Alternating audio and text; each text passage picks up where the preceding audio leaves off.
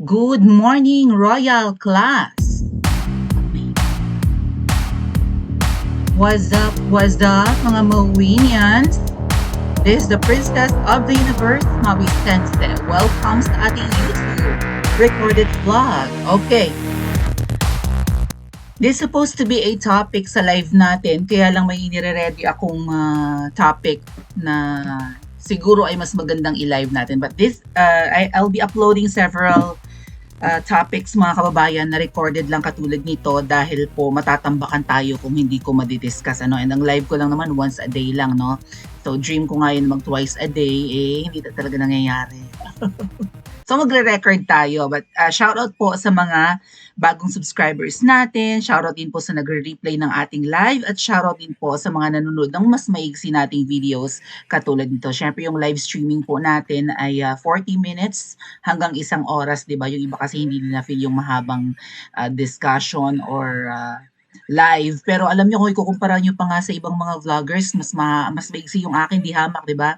Dahil may mga vloggers po na 3-4 na oras nagla-live. Kaya sabi ko even Team Alindog nagla-live na ganyan kahabang oras dahil nga po marami kami doon. But kapag ako lang mag-isa nagla-live or nagbo-vlog ay kinakat ko lang siya ng 1 hour. Ano po. But dito sa mga recorded vlogs na ganito, hanggat maaari mga 20 minutes lang po para hindi masyadong mahaba. At pag-uusapan po natin ngayon itong isang matagumpay na people power. Ba't parang may tumatawa? Sound effect pala yun. Nakapag-like na, nakapag-subscribe na. Unfortunately, mga kababayan, hindi ito sa Pilipinas nangyari. Ano ba yan? Napakarami na pong protesta, no? Sa Southeast Asia, even in Europe, even where else? Some parts of Asia, hindi lang Southeast, nagsasucceed yung kanilang peace rally, peaceful protests, mass gathering. Bakit sa Pilipinas hindi? Alam niyo itong picture na ito is actually a photo of a rally in Bulgaria, and we only wish na sana Philippine flag or watawat ng Pilipinas na talaga ang ibinabagayway, at sana mangyari po ito. Pero bakit nagtatagumpay ang ibang lahi sa pagsipa ng mga abusado nilang leader at tayo hindi? Ano ang kulang? Ano ang mali? Tayo ba ay weak na lahi, mga kababayan? Mahina ba tayong lahi? Ang mga Pilipino ba ay mga mahihinang nilalang na hindi man lang makasipa ng weak na leader?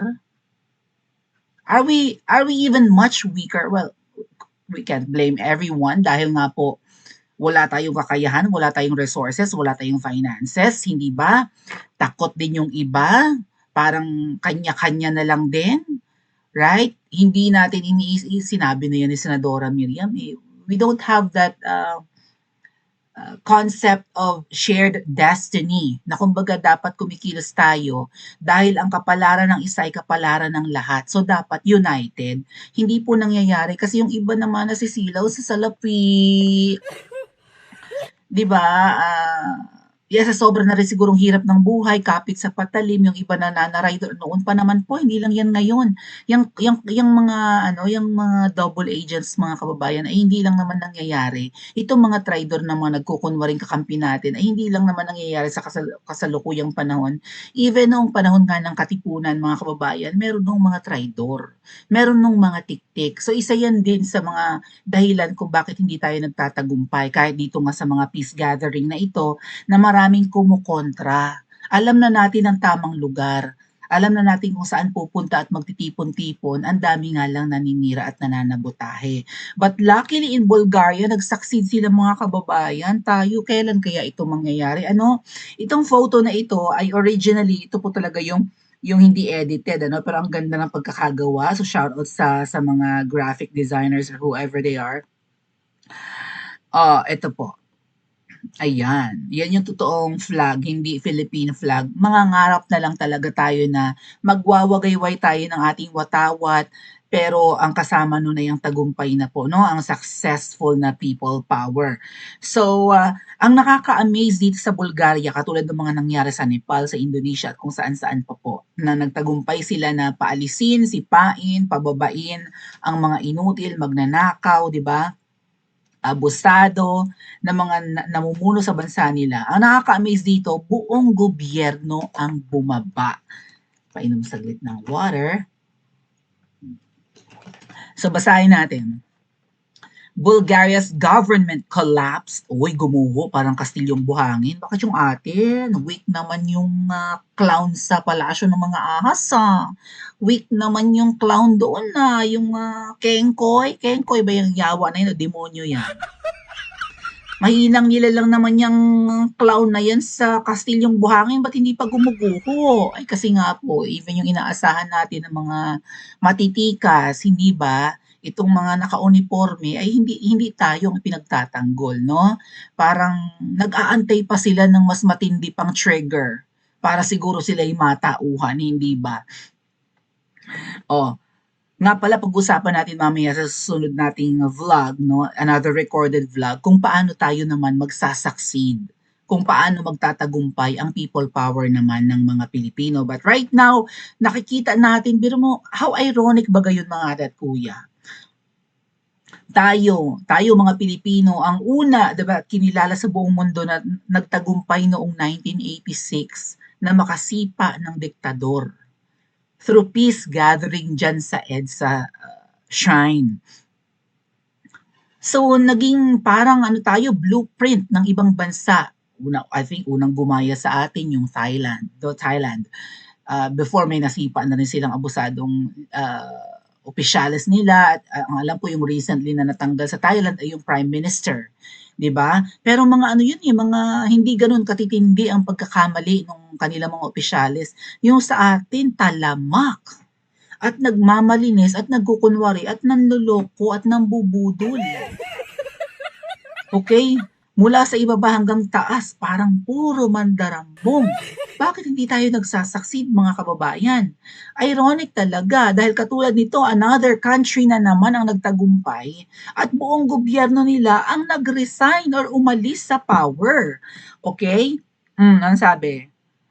Bulgaria's government collapsed on Thursday following a wave of kabataan driven street protests over entrenched corruption and self-dealing elites, widely seen as disconnected from the struggles of ordinary citizens.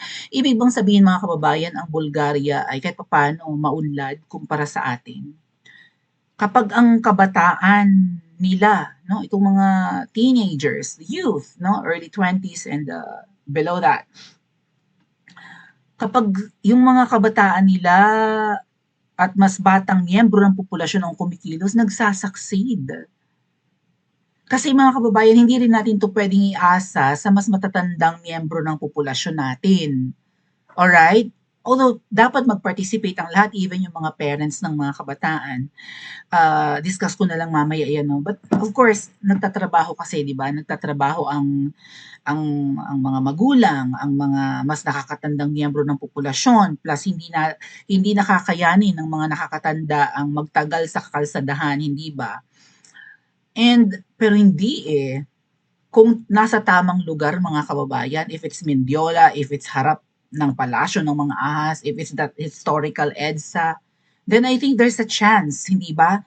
Hindi nila babarikadahan ang Mendiola, ang Ayala Bridge na yan malapit dyan sa Mendiola or wherever that is. Hindi nila babarikadahan yung mga daanan papuntang palasyo ng mga ahas kung hindi sila takot na yan yung tamang lugar. Hindi papadalhan ng bata-batalyong pulis ang EDSA shrine kung hindi sila takot sa lugar na yan. Hindi yan ginawa sa liwasan, walang pinadalang mga batalyong pulis dyan sa liwasan, sa Raha Sulaiman, sa harapan ng Forbes Park, even sa labas ng Kamara at lalong-lalo sa Luneta. Ang laki ng Luneta, ang hirap punuin. Okay? Paano ka makakapag-spark ng, 'di ba, ng alab ng puso ng mga Pilipino kung makikita agad sa ibinabalita ng mga kalaban din naman nating media na aalog-alog at kakaunti ang tao. Whereas kung nasa tamang lokasyon at nakikitang dumarami na, baka sakaling sumunod ang iba para hindi masayang ang pagod. Also dapat ano 'to, standoff, 'di ba? Hindi yung magde-declare ka ng 2 days lang ito, 3 days lang, gabi lang, and then 'pag 10:00 lang ng gabi, pagdating ng 12:00 uwian. Standoff. Walang alisan, walang uwian, and I think dapat baliktad, eh. Tayo na ang dapat matuto sa ginagawa ng ibang bansa, kung paano sila nag-succeed. At hindi ba tayo natututo? Gano'n na ba tayo kamangmang? Gano'n na ba nila tayo ginawang mangmang? Bumabagsak kasi ang quality ng education ng Pilipinas. Nag-deteriorate ng matagal na. Milyon-milyon ngayon ang mahihina ang ulo na kabataan. Mahina sa pagbabasa, sa pagsusulat, sa math. Yang tatlong yan. Wala. Eh itong mga kabataan ng Bulgaria, mas ano ba sila? Mas makabayan, mas matalas ang isip, mas mahal ba nila ang bansa nila kaysa sa mga Pilipino? Mas matindi ba silang magmahal ng bansa kaysa sa atin? Ganun ba yun? Bakit ang mga kabataan hindi natin matipon-tipon? Para 'to sa kanila. Kanila ang ipaglalaban nilang bansa. Okay, ang mamanahin nilang bansa ay kanila. Nag-suggest na nga sino ba 'to, si Chavit Singson na instead na bumaba sa kakalsadahan kaysa naman mapahamak, huwag nang pumasok. Napakaganda ng suhestiyon. Ang daming kumontra. I mean, dapat lahat ng hakbang gagawin. Pero doon sa pirma na ipapahamak pa kayo ng mga alpotera na ayaw pang tumigil hanggang patigasan ng mukha. Pirma. Alam niyo, alam niyo, feeling ko is, ano yan eh, panira rin ng momentum. Isipin niyo kung pumirma-pirma kayo dyan. Tapos nalaman na kayo pala yung leaders ng mga, 'di ba, ng mga organisasyon or samahan diyan sa inyong mga purok or kahit sa mga bansa kung saan kayo nandoon. Matagal na pala kayong minamanmanan tapos magfi-fill out kayo ng mga impormasyon niyo, numero na puwedeng ma-trace, mahanap ang IP address ng mga gadgets niyo or what, home address ninyo, numbers ng passport niyo or valid IDs niyo. Madali na kayo matitiktikan, ito pala yung mga leader ng mga ito pala yung miyembro ng mga grupo, sa bansang Japan ha or bansang, saan pa sila nagpapirma, Korea ha, o ay pues, ipasisante yan sa employer or maybe i-harass yan para hindi na ulit magprotesta. Kahit sa Pilipinas, yung mga pumipirma-pirma na yan, syempre ang sumasali dyan puro Duterte supporters. Right? Mga DDS. Yung mga gigil na gigil sa ginawa kay PRRD or gigil na gigil sa adiktador. Tapos fill out kayo, mga double agents ang nag-organize. Ang may ano niyan, may pakana. Hindi malayong maihatid yan sa palasyo ng mga ahas, di na-trace pa kayo. Kabutahe yan noon pa. Yung grupo na nagpapapirma na yan na tay kami naman ang mangi-scam. Tay kami naman ang mangi-scam. Yan yung sumasabotahe ng rally ng EDSA. Okay. Kaya hindi tayo magtagumpay. Pinapagod nila ang mga sumasama sa mga ganitong protesta. Nililipat-lipat ito ba mga taga Bulgaria, naglilipat-lipat sila ng pwesto? Nasa iisang lugar sila at hindi sila umalis. Bakit baliktad? Sa kanila pa yata tayo dapat matuto. At ba't hindi pa tayo nagsasucceed? Dahil ba maraming ahas, plus maraming pera ang kalaban? Yun ba yun? Or mahinang lahi ang mga Pilipino?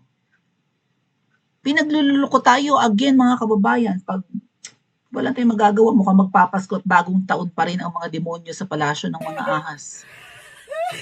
Pero ang next year, wag nating sayangin. Marami silang masamang plano, pag-uusapan natin sa susunod nating vlog, marami silang niluluto next year mga kababayan.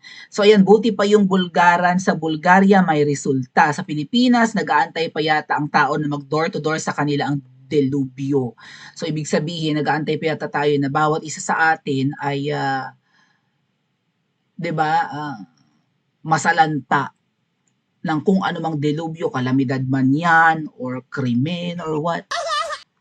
Mag-aantay ba tayo ng gano'n na tayo pa ang maging biktima ng mga, ayun na nga, may mga nagkandamatay na nga sa baha dahil inutil ang nakaupo, di ba? Kung totoong matibay na haligi ng bansa yung adiktador na yan, matatakot ang mga politiko sa ibaba na gumawa ng kalokohan. Kaso mo wala, lampa, inutil at mukhang kasabwat naman. So ang ending, o di, giba-giba ang mga projects, marupok, kung meron. And worse, wala. Ghost nga eh. Ghost projects. At hanggang ngayon, wala pa silang napaparusahan. Nasaan na yung mali-malitang pera? Ba't parang hindi na maisosoli, mga kababayan? Ano yun? Yung mga ninakaw na pera ng mga flood control projects, hindi na maisosoli. Walang maibabalik. Tapos kung isosoli man nila yung pera ng PhilHealth, kukunin sa budget next year, pera pa rin natin yung budget next year. So tayo pa rin na magbabayad ng ninakaw nila. Walang makukulong, walang masosoling pera. Gaguhan. Mas malala ang ginagawa sa Pilipinas kaysa sa mga pagkakasala nitong mga politiko at nasa pwesto sa ibang bansa. So nadadaig tayo, mga kababayan. Okay? So nakukuha ko yung technique ng mga sabotahe. Itong mga nagkukunwaring Duterte supporters pero pinapagod nila yung mga nagpoprotesta. Either palipat-lipat o kaya organize ng organize. Gusto yata monthly may rally lang. Ayaw nila ng isang bagsakan. Kasi walang pera sa isang bagsakan. Whereas, may grupong ganyan, alam nyo ba yon? Nasulisit lang ng sulisit tapos rally lang ng rally sa paborito nilang lugar. Balak pa nga nilang gawing monthly hanggang 2028, yun ang sinabi sa amin. Hanggang 2028, ang totoong laban sa 2020, galing sa bibig nila yan. Isang malaking grupo ng mga Duterte supporters na parang nagpalit na nga yata ng pangalan eh, or hindi na active. Ang totoong laban daw ay nasa 2028. So ibig sabihin, magrarally sila hanggang 2028. 2.5 years pa silang magrarally. May solicitation kasi sa ganyan. May funders. May natutuwa. Okay, magrarally na naman sila next month. Padala natin, pak. Nakarating sa amin mga kababayan, ang tinatanggap nilang pera, 400K. Itong libag na ito, binabaliktad niya ang kwento ha. Ginagamit niya yung figure na yan, 400K. Even ay, inaakusahan niya ako na tumanggap ng 400K. Asan ang ebidensya mo? At sino ang tangang nagbigay sa akin ng 400K? Kasi may grupo na tumanggap ng 400K ng ilang beses. Halos kalahating milyon yan. May iba pang nagbigay ng lagpas kalahating milyon, may nagbigay pa ng halos 1 milyon. So, millions ang funding na pinag-uusapan kapag may rally, mga kababayan. Tapos rally lang ng rally, pinapagod lang tayo. Magpapaprogram sila ng bonggang-bongga para may pondo at may magdo-donate na naman sa mga susunod na rally. Wala na ulit rally. And I hope huwag nating sayangin ang 2026. Isang buwan na lang, 2026 na, bakit natin pinayagan na magpapasko na naman ang mga bangag at bagong taon? Diyan sa palasyo ng mga ahas. Ang daming maiingay sa kalsada, galit na galit, nagkakanda paos na, sigaw na, pinagmumura na, hanggang ganun na lang ba? Hanggang 2028? Tingnan nyo ang Bulgaria o mga kababayan. Nasa iisang lugar sila. Ang dami.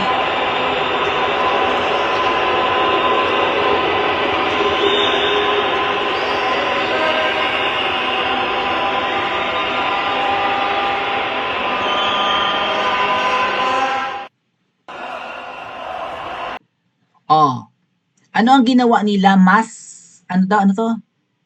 Non-compliance. Hindi sila sumunod sa kanilang gobyerno. Paano to ginawa? I think ito yung ito yung magiging strategy para mag-succeed. After a couple of days of mass a couple of days lang mga kababayan. 2 araw lang. 2 araw lang yung mass protest. Yung ganyan karami, kahit ubusin pa ni Bangag ang mga pulis at papuntahin sa halimbawa EDSA Shrine, even Luneta, kung kayang punuin baga ay kaso mong problema sa Pilipinas, arkipelago tayo. Hindi tayo iisang landmass, binubuo tayo ng 7,600 islands. Therefore, hindi katulad ng ibang bansa na iisang landmass sila. Pagpalagay mo ng Australia, di ba? Buong kontinente nga ang Pilipinas hindi ganyan. Mahirap patawirin ang mga taga-ibang isla. Mahirap papuntahin ang taga-Visayas, even lalong-lalo na yung taga-Mindanao, papuntang Luzon. Ang labanan nasa Luzon. nasa Metro Manila. Dahil nandyan ang seat of power. Nandyan yung adiktador. Nandyan ang lahat ng opisina at sangay ng gobyerno or whatever. Oh. So, biro mo couple of days lang, hindi ka nga uubos ng 1 linggo. Oh. Na hindi sumunod ang taong bayan nila, the government of Bulgaria has now resigned lahat. Tell me again why mass non-compliance isn't the right strategy or something. Ganito yung title nito eh. Oh. Bakit daw bakit ang 'di ba, ang malakihang hindi pagsunod ng this is civil disobedience, mga kababayan. Hindi sumunod ang taong bayan. Sa gobyerno nila, pinauwi sila, baka nag-curfew o hindi sila nagbayad ng buwis. Walang nagawa. Resign silang lahat. Mga kababayan, isang ganito lang, imposibleng hindi mag-succeed ang mga Pilipino. Kahit 5 araw pa, kahit 10 araw, basta't sama-sama lahat. Kaso mo divided rin tayo. Hindi lang geographically, hindi lang hiwa-hiwalay ang mga Pilipino dahil sa isla. Iba't ibang kulay rin. May mga pinklawan, 'di ba? May mga Duterte supporters. At kung sino-sino pa ang sinasamba at yan ang pangit sa fanaticism. 'Di ba? Sinasamba natin ang mga politiko, alam naman natin ang mga yan, mga balimbing, mga butterflies, mga manggagamit rin. Iilan lang, nabibilang lang sa mga daliri natin ang matitinong angkan ng mga politiko. Lahat sila magkakasabot sa pagnanakaw. Tapos sinasamba natin. Iba't ibang kulay, may dilaw, may pink, may pula, may green, may blue. At kung anik-anik pang kulay, paano tayo magtatagumpay? Plus may mga sabotahe pa. Sino po kaya ang pwedeng kumilos, mga kababayan? Dapat ba kabataan lang? Kumusta yung mga mayayaman na naaapektuhan na rin ang negosyo nila? Ang mga billionaires kaya, kalaban ba nating mga ordinaryong tao? Wala bang gagastos para tapusin ang problemang ito? Wala bang tutulong sa mga taga-malalayo para man lang magbigay ng pamasahe? Pa-comment niyo po sa comment section at mag-like and subscribe din po kayo.